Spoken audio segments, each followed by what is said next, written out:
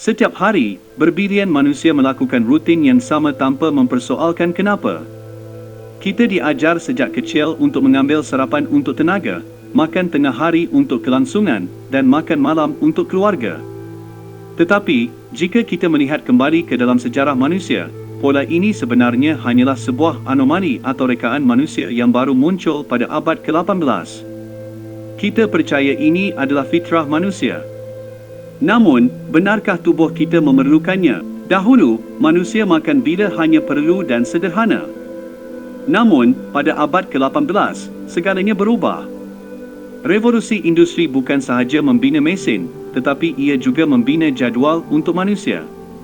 Manusia akan mengambil sarapan pagi untuk pergi bekerja. Industri mencipta waktu rehat tengah hari bukan untuk kebajikan pekerja, tetapi untuk mengelakkan keletihan yang boleh mengurangkan produktif kilang. Pihak kapitalis awal sedar bahawa tenaga kerja manusia mempunyai had. Untuk memaksimumkan output dari jam 6 pagi hingga 6 petang, mereka perlu memastikan badan manusia penuh bertenaga sepanjang hari demi memastikan output dapat diberikan 100% semasa bekerja. Maka, waktu rehat tengah hari dicipta untuk manusia mengisi perut sebelum memulakan semula kerja. Inilah agenda tersembunyi yang pertama, rutin makanan manusia.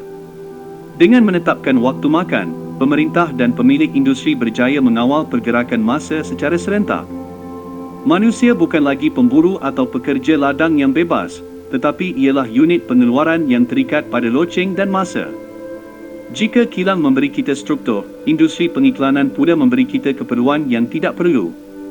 Pada awal tahun 1900, konsep makan sarapan pagi hampir pupus di bandar-bandar besar. Syarikat serial seperti Kellogg's menghadapi krisis jualan.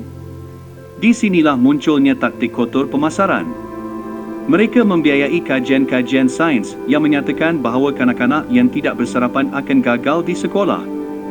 Dr. John Harvey Kellogg, seorang ekstremis kesihatan, mempromosikan serial bukan sahaja sebagai makanan sarapan, malah menjadikan produk mereka sebagai keperluan manusia untuk memulakan pagi hari di sekolah dan tempat kerja.